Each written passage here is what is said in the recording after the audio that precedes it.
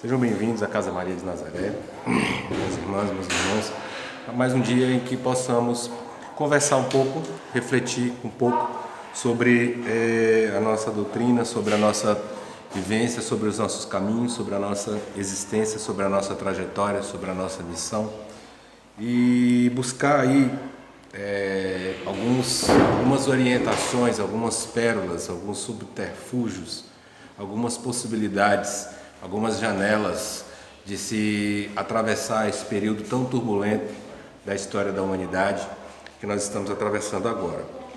Eu gosto sempre de ressaltar que nas conversas que nós temos, eu gosto de fazer uma abordagem, uma leitura não tanto mais doutrinária, porque eu acho que esse tipo de abordagem ela já é bastante rica, já há quem fale muito sobre a questão da doutrina, quem fale sobre as obras subsidiárias, quem fale sobre o Evangelho, quem fale sobre o Livro dos Espíritos, e eu gosto de fazer mais uma abordagem da aplicabilidade do que significa o Evangelho mesmo para nós, enquanto espíritas, enquanto pessoas que se dizem cristãs, para que a gente possa enfrentar as dificuldades do dia a dia, as dificuldades da encarnação. Eu quero de imediato pedir desculpas aqui, porque eu sei que vocês têm um palestrante preferido aí que vem toda semana e hoje, infelizmente, eu estou aqui ocupando o lugar dele. Mas enfim, vamos lá, que a providência divina nos ajude. O acaso não existe, né, gente? E eu acho interessante que o irmão Zezé, ele fechou a fala dele antes da prece com um gancho que não tinha me ocorrido para aquilo que eu queria trabalhar, o tema que eu queria trabalhar com vocês hoje. Porque o que eu trouxe foi o que significa para nós o ser cristão no dia de hoje, algumas posturas que nós espíritas temos adotado, inclusive nos perfilando, nos colocando ao lado de outros irmãos e irmãs de outras religiões que se dizem cristãs, mas que estão longe de agir como Cristo agiria. E aí eu trouxe aqui o que seria o título do nosso estudo: Vós sois o sal da terra, os 6 ensinamentos de Jesus. O que é que a gente precisa mesmo aplicar no dia a dia para poder se dizer um verdadeiro cristão? E aí eu achei interessante que o Zezé fechou a fala dele dizendo, poxa, mas as pessoas gostam de rotular em outras religiões que se professam aí cristãs, que você depois de uma existência ou tem uma vida gloriosa, santa, beatificada, e aí vai direto para o céu, para o paraíso, ou você termina uma vida em que você não conseguiu cumprir todos os dogmas e aí você vai direto para o inferno.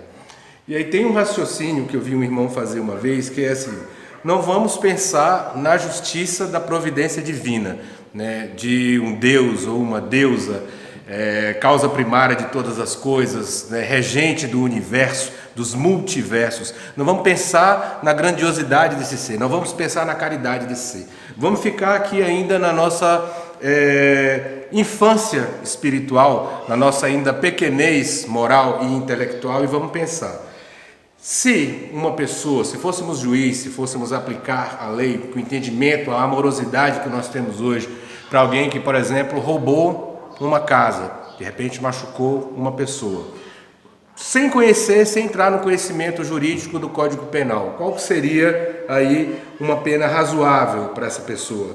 Ela poderia ficar presa aí 10 anos, está razoável? O que vocês acham? 10 anos presa.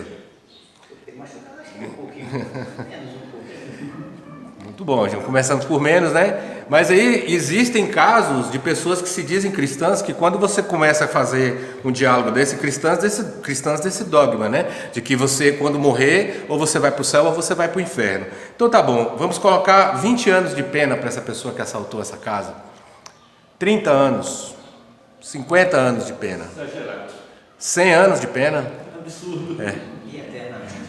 E eternamente. E se nós, com o nosso pequeno entendimento ainda, com a nossa pequenez moral, temos a consciência de que impingir uma pena dessa para um crime desse seria um absurdo, uma pena de prisão perpétua para alguém que cometeu um delito, como é que a gente pode acreditar em um Deus em que uma única existência, que é um sopro diante do tempo, no espaço, no universo, pode ser tão cruel e tão maquiavélico para nos condenar a uma danação total, por toda a eternidade, sendo que tem tanta coisa que a gente precisa crescer e aprimorar e aprender, né? E aí eu volto num gancho hoje para fazer uma discussão, uma comparação com algumas comparações que são feitas dentro da doutrina. Meu irmão Gilberto gosta muito de falar, olha, existem espíritas e espiritólogos, né? Os espiritólogos, eles ficam ali, molham os pés, né? Não se aprofundam muito, né? O conhecimento, muitas vezes o entendimento, ele não passa do telhado da casa. E existem os espíritas verdadeiramente cristãos, né? Que o conhecimento extravasa, chega ao céu, que se busca o entendimento e a aplicabilidade daquilo que se prega e daquilo que se estuda. Então, quando eu ouço, por exemplo, um espírita dizer, olha, esse garotinho aí que Deus o tenha, que a espiritualidade o receba em caridade, esse garotinho Henri, que foi barbaramente torturado pelo padrasto, né, com a conivência da mãe, já não faltaram pessoas ditas espíritas para poder dizer que ele estava resgatando o mal que ele fez para alguém em outra vida. Isso, como espírita, foi algo que sempre me incomodou profundamente, né? Quando houve aquele caso daquele garotinho lá que foi sendo arrastado pelas ruas, e aí apareceu gente espírita, irmãos espíritas, para dizer, olha, mas ali era o seguinte, ele foi um condutor de bigas em Roma, e ele costumava amarrar os cristãos e sair arrastando pela estrada, então foi por isso que ele desencarnou dessa maneira, né? A menina Isabela Nardoni, que as pessoas assim conjecturavam motivos dentro de uma doutrina que se diz consoladora, para explicar como que uma criança passou por uma barbaridade daquela, né, em vida. E aí eu fico pensando assim, onde que está a caridade? Né? Onde que está a caridade? De alguém que se diz espírita, olha, desencarnes coletivos, né? Teve o circo, a história lá do circo que pegou fogo com todo mundo dentro, do edifício Joelma, que pegou fogo as pessoas, e aí muita gente se apressava em adiantar, não, mas é porque estavam resgatando, como se Deus precisasse disso, como se a providência divina precisasse disso, né? Porque é tão ilógico, é tão bárbaro, que é como você dizer assim, por exemplo, se você veio em uma vida e de repente foi um criminoso que matou 20 pessoas, você então vai ter que resgatar sendo assassinado 20 vezes? Peraí, então a providência divina ela não cobra nem a mais e nem a menos. Vamos raciocinar aqui que a justiça divina é a justiça, né? Quando se tira a vida de uma pessoa, não se interrompe só a trajetória dela. Esse sujeito tem pai, esse sujeito tem mãe, esse sujeito tem esposa, tem filhos, tem irmãos, ele é um profissional, muitas vezes é um professor. Quantas pessoas foram enviadas para o caminho daquele professor que ele poderia contribuir, ajudar que essas pessoas encontrassem um novo caminho, e aí essa missão foi interrompida, então não foi só uma vida que foi tirada. Então, por tudo isso se há de responder também. E se a gente for pensar de que somos criados seres simples e ignorantes, mas fadados, né, destinados à perfeição, você fala, essa conta não fecha nunca.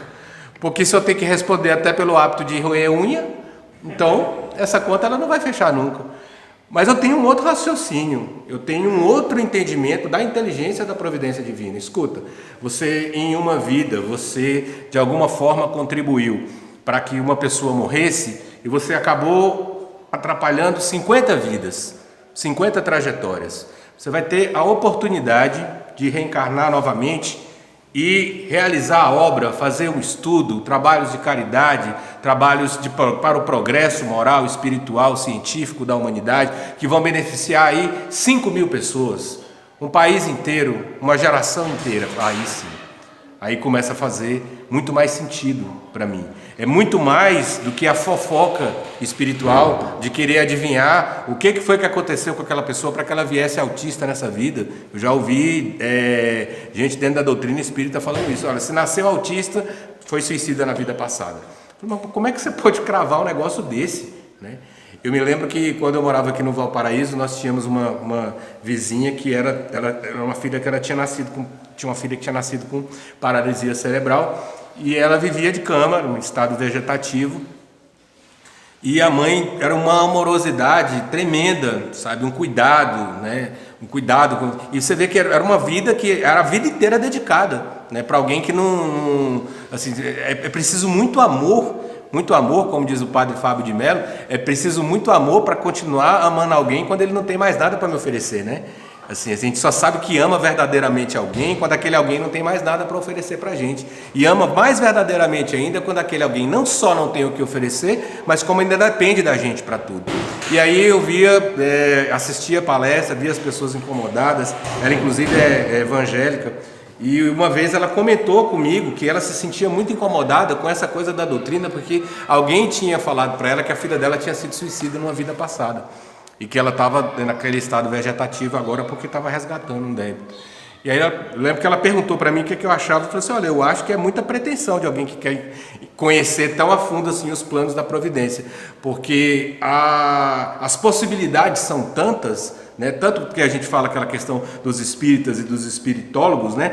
Que quando a gente recorre, por exemplo, nos primórdios lá do Evangelho, que tem a história lá do cego de nascença, né? Que os apóstolos perguntaram para Jesus, Senhor, quem foi que pecou? Foi ele ou foram os pais dele?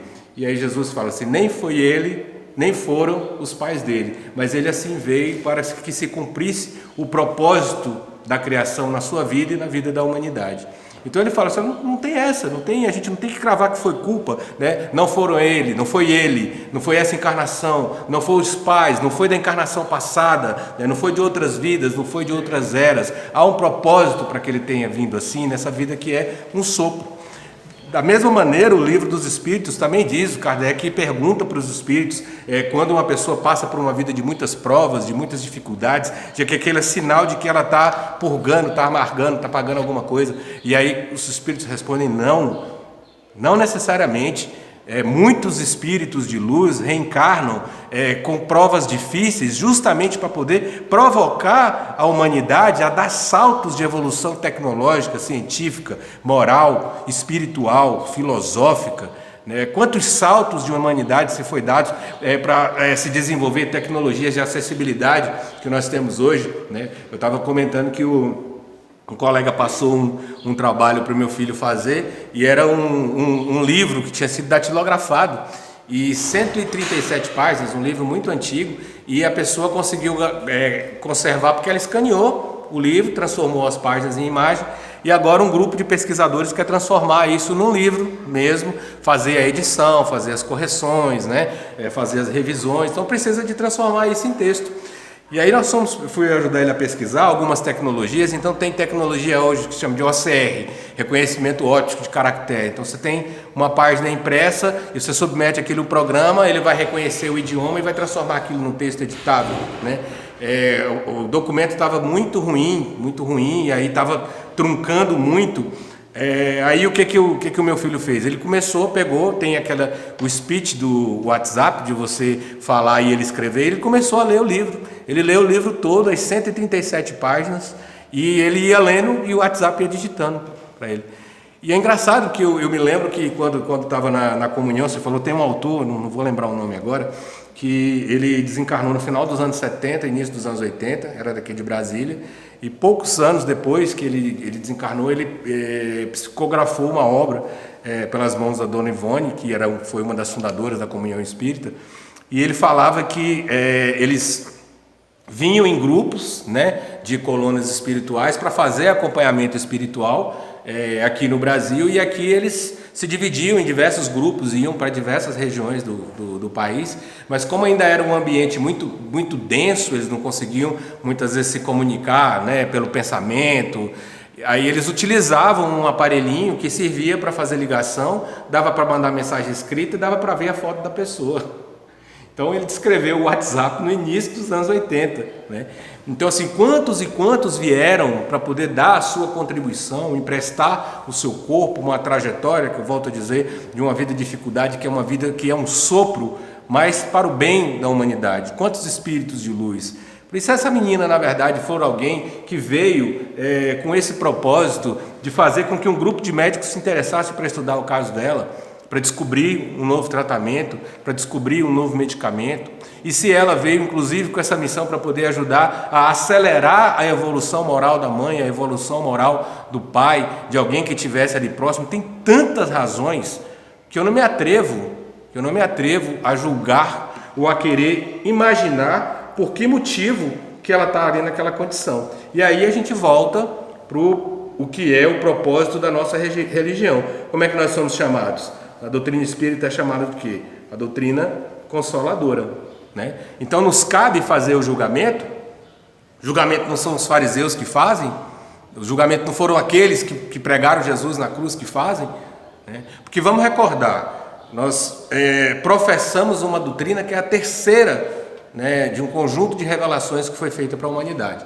Então a primeira revelação foi ali a presença, a existência de um Deus único, né, causa primária de todas as coisas. Começou lá com os hebreus, né, 4.000 anos antes de Cristo. Teve toda, né, a história do Antigo Testamento, que é a história da evolução, a história da trajetória desse povo, com erros, com acertos, com, enfim, várias coisas questionáveis, mas é uma história, é uma narrativa, né, de uma religião do povo hebreu.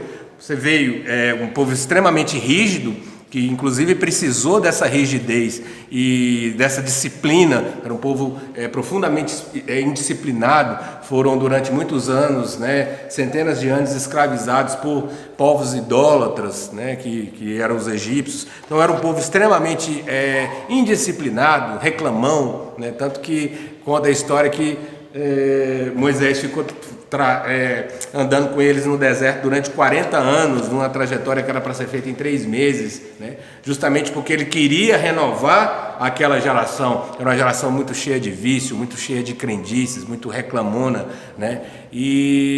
Mas era necessário naquele momento que houvesse essa rigidez, essa disciplina, né, para poder conduzir aquele povo numa condição difícil como era do deserto. E aí a gente vai, muitas vezes não entende, que é aplicar os ensinamentos do Levítico no dia de hoje, para as pessoas de hoje, né, para a nossa realidade de hoje. Nisso vem Jesus, um espírito de luz, como bem gosta de lembrar nosso irmão Gilberto, ainda não um espírito puro, mas um espírito de luz, e vem trazer o Evangelion, a boa nova. Escuta, você não é filho de um pai guerreiro, você não é filho de um Deus que quer esmagar todos os povos, porque todos os povos são irmãos.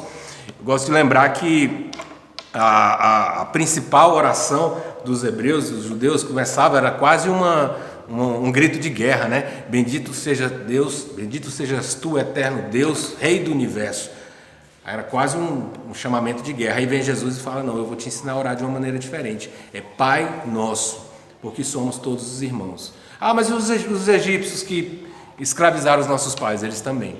E os romanos, né, que escravizaram a gente, vivemos sob o jugo deles, esses aí também são. E os gregos, com aquelas coisas esquisitas que eles fazem lá, esses aí são também.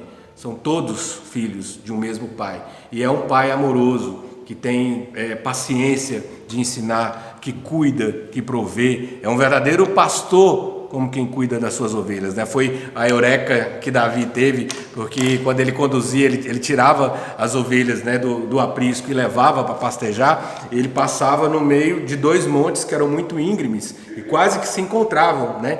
E aí, como tinha um despenhadeiro de lado, e era um lugar que tinha muitos ladrões, muitos salteadores, eles costumavam matar as pessoas para poder roubar. Ele era conhecido como Vale da Sombra e da Morte. Então Davi levava as ovelhas por esse lugar e levava para poder pastejar, para onde tinha o pasto, que era o pasto mais macio, onde tinha muitas árvores, muitas oliveiras, muita sombra, onde tinha água corrente, tinha água fresca, né? E aí ele um dia teve essa eureka, ele falou: então é isso, o Senhor é o meu pastor, Ele não me faltará, ainda que eu ande pelo vale da sombra e da morte.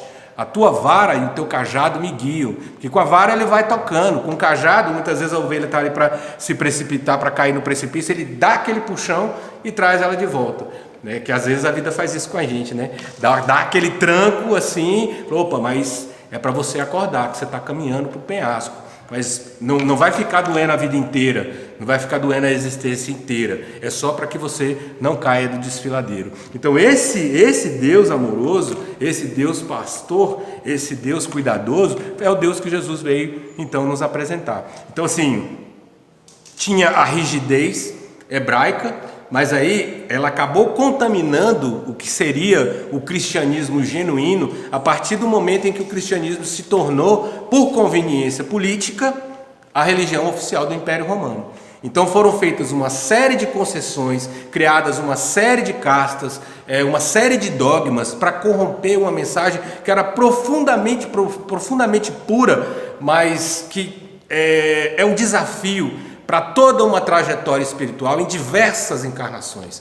Que são esses 6 ensinamentos de Jesus. Então o que a gente observa hoje na comunidade cristã é algo que não se assemelha em nada àquilo que o Cristo pregou.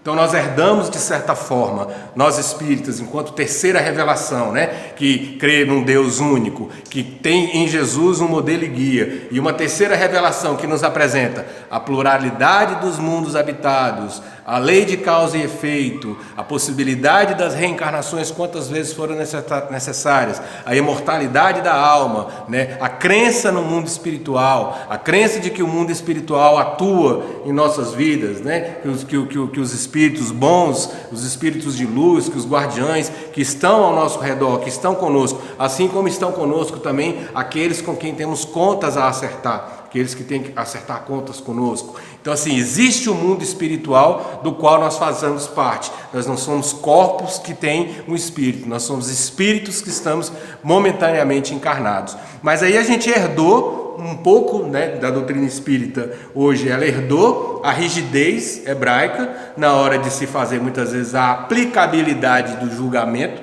a aplicabilidade da pena, com aquilo que convencionou-se a se tornar da culpa cristã, a culpa do pecado original. Então a gente, quando vai falar, fulano está passando por isso porque ele fez aquele outro em outra vida, Beltrano está passando por isso porque ele... mas então é a mesma coisa que os hebreus fazem, a gente não evoluiu nada.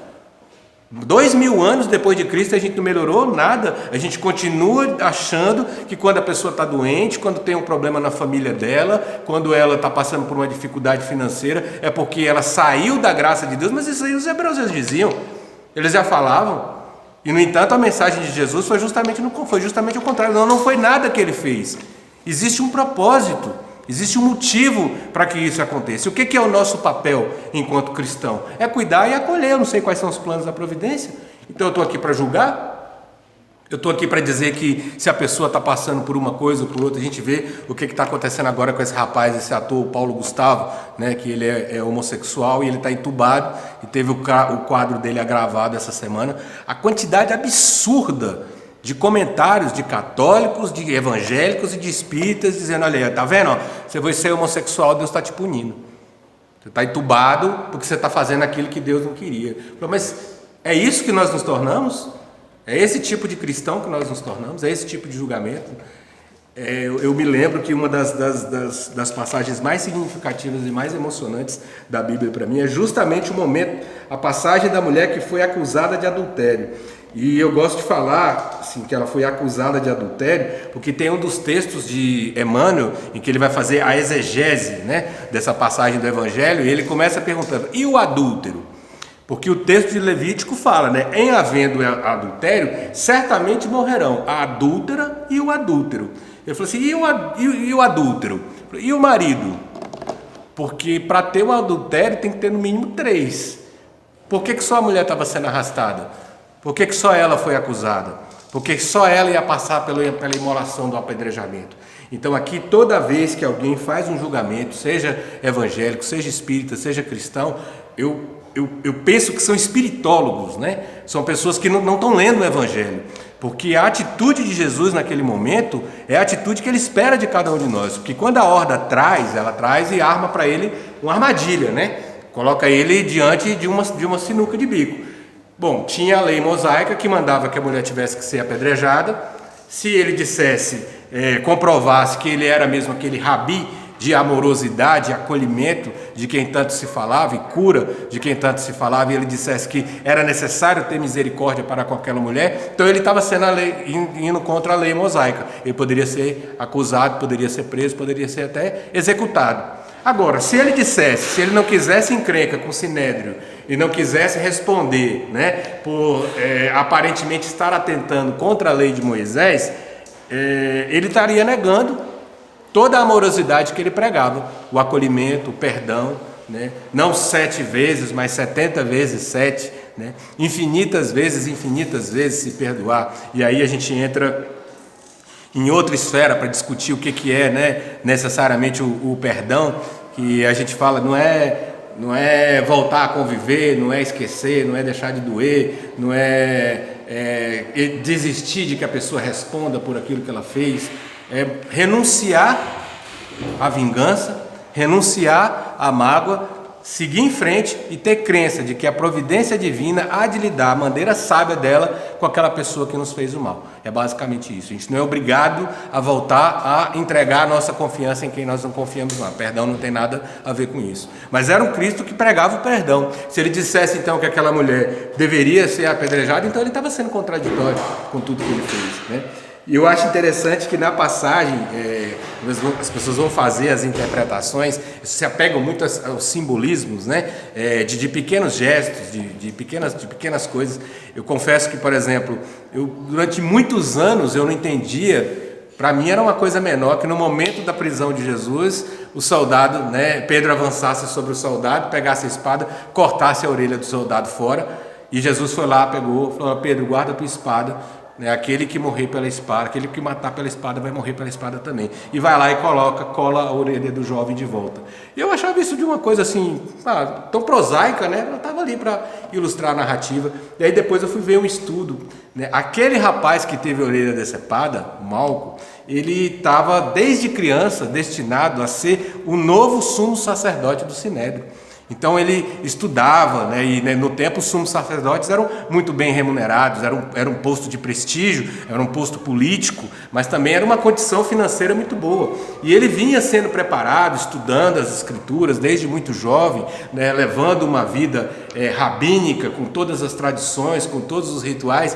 Só que tinha o seguinte: dentre as leituras, dentre os ensinamentos, se dizia que o sumo sacerdote, como ele tinha que participar de certos rituais, onde ele tinha que, às vezes, pegar na orelha, né, ele tinha que tirar um pouco de sangue da orelha, tinha lá dos 600 e tantos, né, formas de rituais que tem lá nos livros do Antigo Testamento. Ele não poderia ter nenhum defeito físico na orelha. No momento em que Pedro corta a orelha dele fora, a carreira dele acabou. Naquele momento a carreira dele acabou. Eu acho que foi o primeiro sentimento que ele... Vou ter que procurar um emprego. E aí a profunda sensibilidade de Jesus, naquele momento em que estava sendo preso, de enxergar a angústia daquela alma, naquele momento ele vai lá e pega, não fala nada, cola a orelha de volta. Isso é a misericórdia. É a misericórdia em pessoa se manifestando. Então quando as pessoas trazem para ele está no chão escrevendo. Aí, essa mulher foi pega em adultério. Ele fica calado, não fala nada. E aí as pessoas olham, ele continua escrevendo, né? E é interessante porque esse silêncio de Jesus também é muito significativo, né? A trajetória da vida dele é importante por aquilo que ele fez e também pelo que ele não fez, né? Pelas coisas que ele recusou. Então as pessoas trazem a história como se estivessem fazendo uma intriga, uma fofoca. Ele olha, abaixa a cabeça e continua escrevendo. O silêncio dele ali já diz tudo. O que você tem a ver com a vida afetiva do outro? Desde quando isso é da sua conta?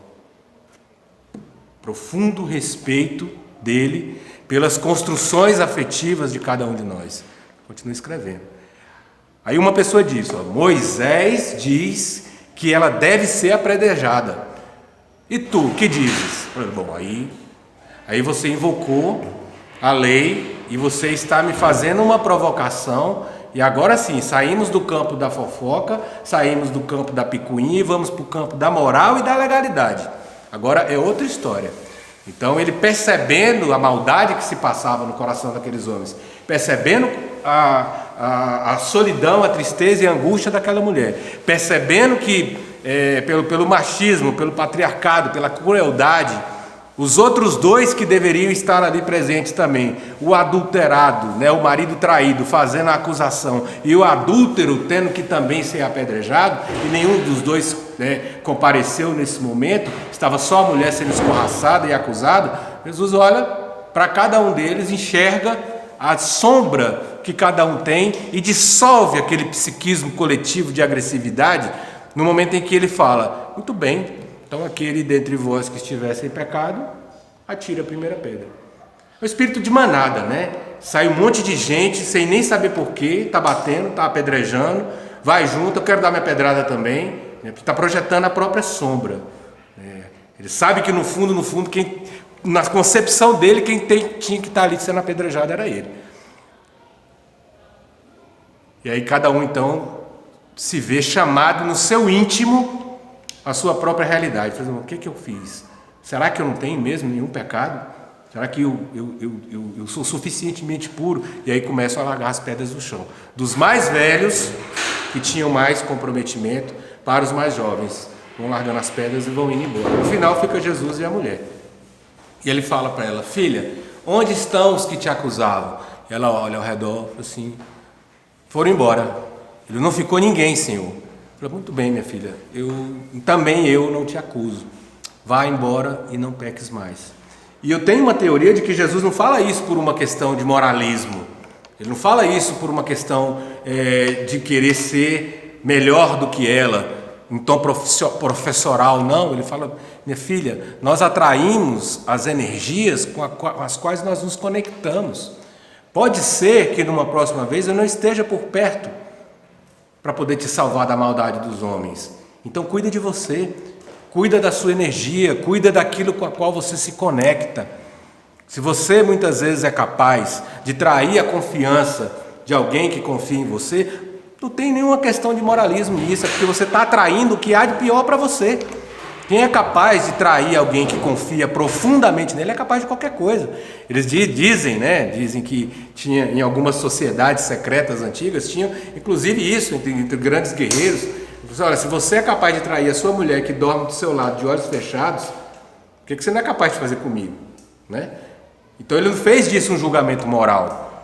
Ele deu uma orientação, ele cuidou, fez a intervenção, não fez nenhum julgamento, não acusou, não pregou a violência, não condenou ao fogo eterno do inferno, não expropriou. Olha, se você for lá e fizer um sacrifício, se você comprar isso aqui no templo, se você fizer, aí o seu pecado está perdoado. Porque também nos tornamos esse tipo de cristão, né? Se você pode passar o ano todo falando mal do Bolsa Família, o ano todo falando mal do auxílio emergencial. Você é um funcionário público, tem o seu salário lá no final do mês, ou é um grande empresário, tem a sua renda garantida, vai dizer que o auxílio emergencial ou alguma outra assistência que o governo dê é assistencialismo, que as pessoas não querem trabalhar, porque eu já vi espírita falando isso, e espírita proeminente, já vi espírita falando isso. O ano vai lá distribuir cesta básica, tira foto, põe no Instagram, olha como eu sou caridoso. Fora da caridade não há salvação. E a dignidade? E batalhar por políticas públicas e ter a decência de dizer: olha, essa pessoa merece ter acesso a uma escola de qualidade, a um serviço de saúde de qualidade, porque Jesus se rebelou contra isso também. Ele foi um revolucionário que se rebelou contra isso, se rebelou contra a corrupção, se rebelou contra a exploração do povo. Agora você imagina o que é hoje uma pessoa em angústia procurar orientação espiritual, conforto espiritual. Você olha, Deus é multiplicado. Dá aqui a escritura da tua casa, está aqui o DUT do teu carro, traz aqui a tua oferta, me põe à prova. E aí você vê pessoas simples, pessoas humildes, que muitas vezes se sentiram acolhidas, gente que está numa solidão tão profunda, longe da família, numa autoestima tão baixa, que quando chega ali naquele ambiente, né, vem alguém, dá uma fala macia, faz um cântico emocionante, chama de irmão, ela se sente acolhida, ela entrega até a roupa, sai de lá pelada. E é depois, quando ela se volta contra a religião, ou tudo aquilo que possa ser verdadeiramente espiritual, porque ela se depara com a decepção, a perplexidade e a sensação de abandono que o poeta Renato Russo tão bonitamente, tão linda e tristemente escreveu na música Índios, né? Quando ele fala: quem me dera ao menos uma vez ter de volta todo o ouro que entreguei a quem conseguiu me convencer que era prova de amizade se alguém levasse embora até o que eu não tinha. Então, é o melhor que nós estamos oferecendo enquanto cristãos? Enquanto espíritas, é o julgamento, é o acolhimento, é o apedrejamento, é dizer que a pessoa precisa de estar na miséria mesmo. Eu já vi gente me contando história de que uma pessoa viu uma outra pessoa revirando lixo para comer do outro lado da rua e ele se prontificou espírita, desses que andam. Aí eu perguntei para o meu mentor, meu mentor estava do meu lado, né? Aí eu perguntei para ele, vou dar um prato de comida para aquele irmão ali. Não, tu não vai fazer isso não. Não vai fazer isso não, porque na encarnação passada ele é uma pessoa que desperdiçou comida, deixou muita gente passar fome. Deixa ele revirar o lixo aí agora para ele ver o tanto que é passar fome. Isso é um consolador? Porque o consolador para mim que consola, não é? É que conforta. Que palavra amiga que a gente tem para dar para uma pessoa numa situação dessa aí? Você vê o cara ali, né? O cara é um lixeiro e o cara achou um livro de medicina lá, você vai lá conversar com o cara sabe fazer. Nunca foi na escola. Ele sabe abrir e fechar uma pessoa só com os livros que ele leu ali, que ele achou no lixo. Mas é porque quando na encarnação passada ele foi médico e ele não usou bem do dom que ele tinha da medicina, aí agora tá aí. Ele quer estudar e não tem oportunidade. É para ele aprender. Da próxima vez ele... Não é possível. A gente precisa ser melhor do que isso. A gente tem que ser melhor do que isso, né? E aí, dentro dessa perspectiva da gente entender como seria a nossa trajetória, tentando pautar uma vida com esses desafios que nós temos no dia a dia, a partir dos postulados de Jesus, eu gosto de compilar que os ensinamentos de Jesus, eles encerram um código de conduta espiritual e moral que vale para o universo inteiro. Nós habitamos uma galáxia que é uma poeira cósmica, né? O Sol é uma estrela anã, comparado com bilhões e bilhões de galáxias que têm sóis infinitamente maiores do que o nosso. E nós, como acreditamos, né, na pluralidade dos mundos habitados, na evolução e na involução de alguns desses mundos, podemos crer que esses ensinamentos de Jesus são um código de conduta moral universal. Em qualquer lugar do mundo, com qualquer civilização que você se deparar, você pode dizer que seguindo esses preceitos aqui, você vai estar agindo verdadeiramente como um cristão. Então, os ensinamentos de Jesus são 6 e são bem simples. Começa assim: primeiro, amar a Deus sobre todas as coisas. Isso aqui a gente tem que explanar. Amar a Deus sobre todas as coisas significa amar cada criatura que nós acreditamos que foi criada por Ele. Então, nós vivemos num planeta que, por enquanto encarnado, a gente só tem esse. Então, cuidar dos rios, cuidar dos lagos, cuidar da diversidade dos animais, cuidar das pessoas, cuidar de todos os povos, trabalhar para que a gente tenha um mundo sem fronteiras, sem exploração, sem preconceito, cuidar do outro que está doente, enxergar o Deus em cada criatura, o Deus, a divindade em cada criatura, é amar a Deus sobre todas as coisas. Tanto que existe também a passagem no Evangelho onde Jesus fala, né? Eis que será o dia em que teremos os escolhidos, e eu direi: passa para cá, para o meu lado, vós que me deram o que comer quando eu tinha fome, me deram de beber quando eu tinha sede, vocês que me agasalharam quando eu tinha frio, que me vestiram quando eu estava nu, que me visitaram quando eu estava doente, que cuidaram de mim quando eu estava preso. E aí os apóstolos falam: mas quando foi, Senhor, que nós fizemos isso pelo Senhor? Para cada vez que vocês fizerem, para cada irmão que tenha fome, que tenha sede, que esteja nu, que esteja preso, que esteja doente, é para mim que vocês estão fazendo. Então, amar a Deus sobre todas as coisas, mais do que buscar o nosso momento de recarga espiritual, que aí a gente se lembra também que Jesus, na vida atribulada que ele levava, em diversos pontos do Evangelho ele fala, ele se afastou dos outros para orar. Ele foi ao monte para poder orar. Então, amar a Deus sobre todas as coisas é buscar essa conexão com a divindade também. É saber que existe um momento em que nós vamos precisar, seja na nossa casa, seja no nosso centro, seja na nossa igreja, seja no nosso templo, seja na nossa sinagoga, seja na nossa floresta, seja aonde for que a gente se encontre com a divindade, a gente precisa ter esse momento de nos sentirmos amados, de nos sentirmos pertencentes à divindade. Então, amar a Deus sobre todas as coisas é respeitar cada ser e cada criatura que a gente entende e enxerga como uma obra que foi criada por Ele. E sendo nós uma obra criada por Ele, o segundo ensinamento de Jesus é se amar. Nos amar como centelha dessa divindade. E nos amar nos cuidando, A gente cuida daquilo que a gente ouve, a gente cuida daquilo que a gente bebe, cuida daquilo que a gente come, cuida da higiene pessoal, cuida da saúde mental, cuida dos amigos que a gente tem, das pessoas que a gente deixa ter uma influência na nossa vida.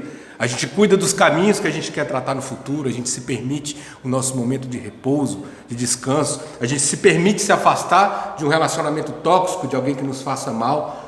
A gente se permite cuidar da nossa saúde mental, a gente se permite ter bons pensamentos, fazer boas conexões, emanar boas energias, desejar o melhor para o próximo, porque isso é uma forma de ter amor próprio, é uma forma de se cuidar, é uma forma de se conectar com aquilo que há de luz e que há de melhor no universo.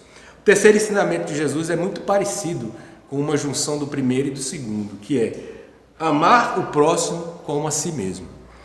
Então, se eu tenho o amor que eu tenho a Deus sobre todas as coisas, como divindade, como alguém que criou tudo ao meu redor e do qual eu sou centelha, e eu me amo como parte dessa centelha, eu vou amar também o meu próximo, o meu semelhante, como parte dessa centelha, como uma parte preciosa que é também da criação.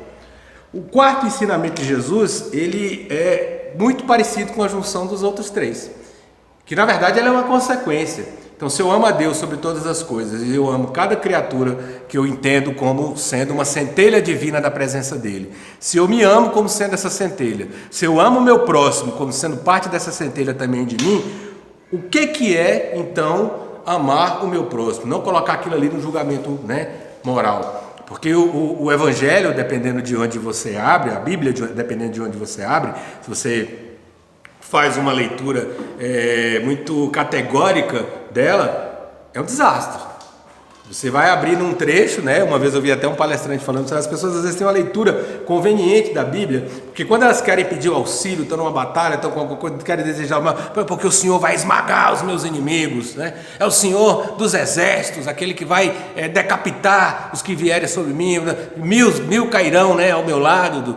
Aí quando a pessoa ela faz alguma coisa assim que está em desacordo, aí ela vai lá para o Evangelho, Fala, Senhor, me perdoa, tem misericórdia, você tá fazendo uma leitura muito conveniente, das Escrituras Sagradas e não é por aí. É tão simplesmente o seguinte: você ama a Deus sobre todas as coisas, você ama o próximo como a ti mesmo. Então o quarto ensinamento de Jesus é o seguinte: fazer aos outros somente aquilo que eu quero que façam para mim.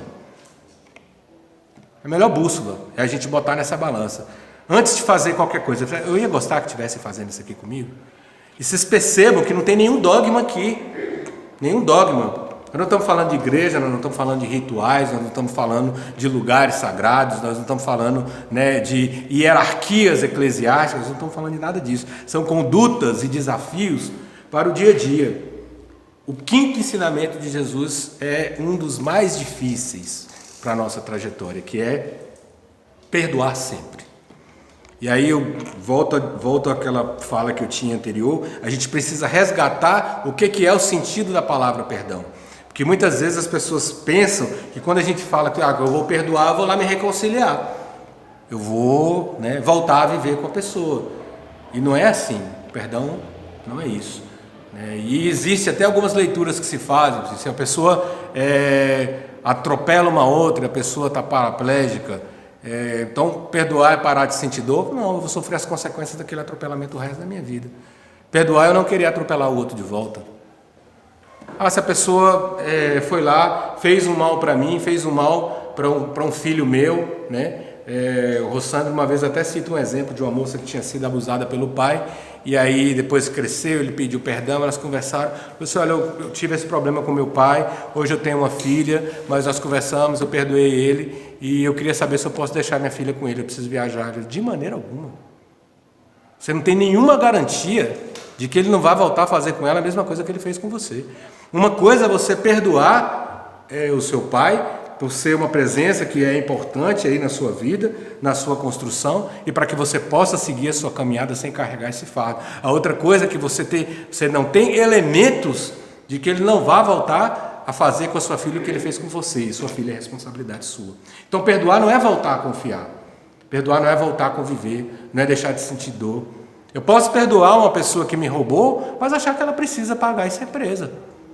Então perdoar não é desistir de que o outro responda por aquilo que ele fez. Perdoar não é esquecer. Perdoar não é voltar a conviver. Perdoar é compreender que o outro fez o que ele tinha condição de fazer naquele momento espiritual em que ele estava. E que eu tenho vivência e fé suficiente para prosseguir adiante, sabendo que eu vou me reconstituir daquele golpe. E que a providência divina há de tratar com aquela criatura da maneira correta, no momento certo e na medida adequada, na medida justa também. Então, o sexto ensinamento de Jesus é para que nos lembremos sempre da mulher acusada de apedrejamento. Não julgar jamais. Estamos todos em processo de evolução. Todos, com maiores ou menores dificuldades em uma ou outra área específica da vida, do vício, da finança, do estudo, da ira, da promiscuidade, né? do desleixo, da preguiça, da futilidade, da maldade mesmo, pactológica, né? E enxergando inclusive a maldade como uma doença que precisa ser tratada. Por isso que muitas vezes o sistema, a gente defende que o sistema penitenciário, carcerário, tem que ser para retirar alguém da sociedade, alguém que está doente de maldade, mas não é retirar para extirpar do convívio com a sociedade, é retirar para tratar, é retirar para cuidar.